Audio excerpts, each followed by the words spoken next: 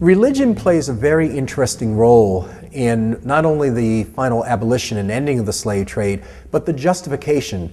At the very beginning settlement period of Rhode Island, the minority oppressed religious groups of all across Europe are arriving here. The Jews are arriving here, French Huguenots.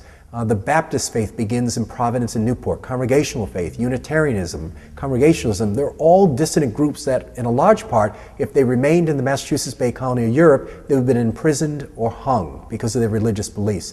But they all come here to Rhode Island. So that lively experiment is that all religions are tolerated.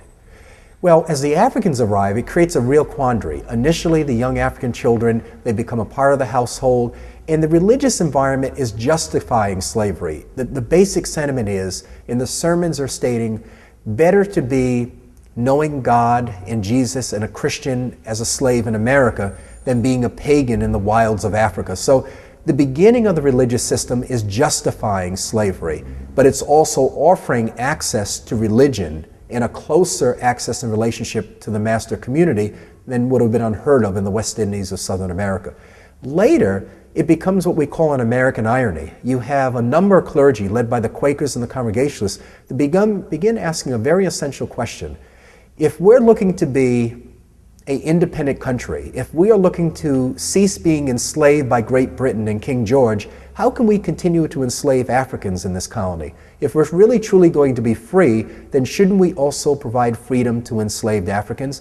And this is a hotly debated issue. In Providence, Quaker Moses Brown leads that effort. Here in Newport, it's two Congregational ministers, Ezra Stiles and Samuel Hopkins.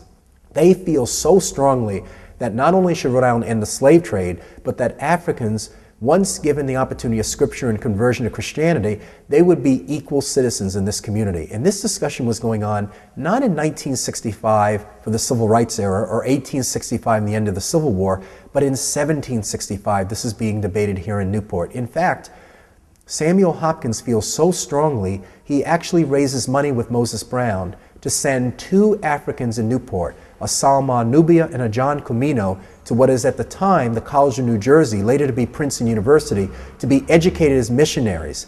They are the first two Africans in America to go to college, funded by abolitionists and those who believe if we can train them as missionaries, we can then send them to the West Indies and the South to convert more Africans to Christianity. So religion plays a very important role. First, in the justification, the assimilation of the Africans, and secondly, in recognizing that to be truly a free country, to be truly a free America, all citizens should be free, regardless of their race or religion.